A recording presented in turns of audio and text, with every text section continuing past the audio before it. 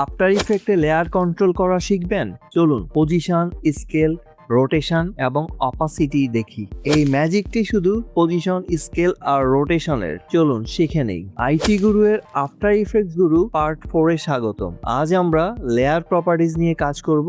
চলুন প্র্যাকটিক্যালি শুরু করি। Welcome to IT Guru. IT গুরুতে স্বাগতম। এটি এমন একটি স্থান যেখানে প্রযুক্তি শেখা সহজ, আকর্ষণীয় এবং আমাদের ভাষায়। চলুন আজই শুরু হোক আমাদের শেখার যাত্রা একসাথে আইটি গুরুতে। হ্যালো এভরিওয়ান, আজকে আমরা আলোচনা করব আফটার ইফেক্টের লেয়ার ম্যানেজমেন্ট। গত ক্লাসে আমরা যখন কম্পোজিশন তৈরি করা শিখেছিলাম এবং এর সাথে আমরা কম্পোজিশনে কি করে ফুটেজ অ্যাড করেছি সেটা দেখেছিলাম। তো ফুটেজ যখন আমরা একটা কম্পোজিশনে অ্যাড করি তখন এগুলো লেয়ার বাই লেয়ার,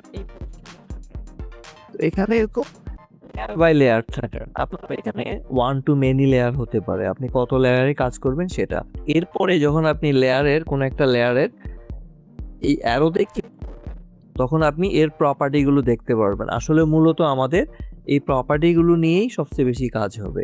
এখানে আমি যখন ট্রান্সফর্মে যাই, এখানে আমি মূলত যখন এই ট্রান্সফর্মসটা কলাসটা অন করি তখন আমি এখানে দেখতে পারবো anchor point, position, scale, rotation, opacity এবং অডিও প্রোফাইল বা অডিও ফিচার্স।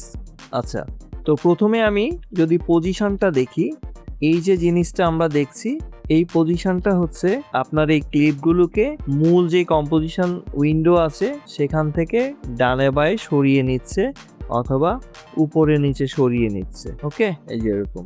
আর আরেকটা আছে যেটা আমরা কনফিউশন যেন না করি, এই যে হ্যান্ড টুলটা আছে, এটা মূলত হচ্ছে আমাদের টোটাল কম্পোজিশনটাকে চেঞ্জ করে, কম্পোজিশনের পজিশনটা চেঞ্জ করে। আপনারা আবার ভাববেন না যে ওটা দিয়েও তো আমি মুভ করতে পারি। পার্থক্যটা দেখেন, আমি যখন এখানে পজিশন চেঞ্জ করি, পজিশনটা যখন আমি চেঞ্জ করব তখন ভিতরের ক্লিপটা চেঞ্জ হয়, এর পজিশন চেঞ্জ হচ্ছে।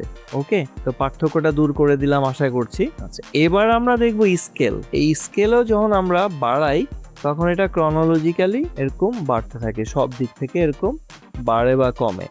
একটা হচ্ছে এভাবে করছি, আবার আরেকটা এদিকে, দুটো একটা এটা লিঙ্ক করা আছে। আপনি চাইলে যে কোনো একটা দিক বাড়াতে পারেন লিঙ্কটা অফ করে দিয়ে, অথবা যে এইভাবে হরিজন্টাল অর ভার্টিক্যাল।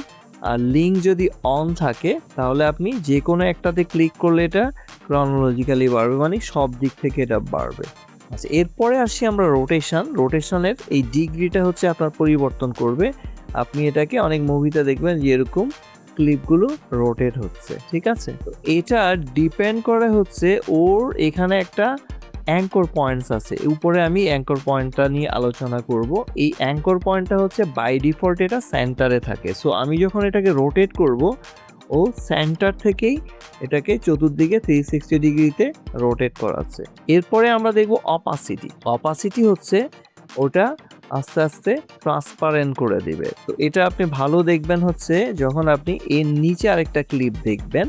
হ্যাঁ, এর নিচে, এখন তো আমি উপরে ক্লিপটা দেখছি, তো এটাকে যদি আমি অপাসিটি কমিয়ে দেই, এই উপরেরটাতে যখন আমি যাব, উপরেরটাতে যখন আমি যাব তখন আবার ওটার অপাসিটি আছে, ঠিক আছে। তো এখন আমি উপরেরটাতে গিয়ে ধরুন সেটার অপাসিটি কমিয়ে দিলে আমি নিচেরটাই যেরকম দেখতে পারবো। যদি আমার ঠিক এই পয়েন্টে কোনো ক্লিপের অংশটা থাকে, এই যেরকম এটা কমে যাবে, এই যে আস্তে আস্তে অন্ধকার হয়ে যাবে। অনেক সময় ফিল্মে দেখবেন এরকম ট্রানজিশন ঘটে, এই অপাসিটি কমানো বাড়ানোর মাধ্যমেই এই জিনিসটা করা হয়ে থাকে।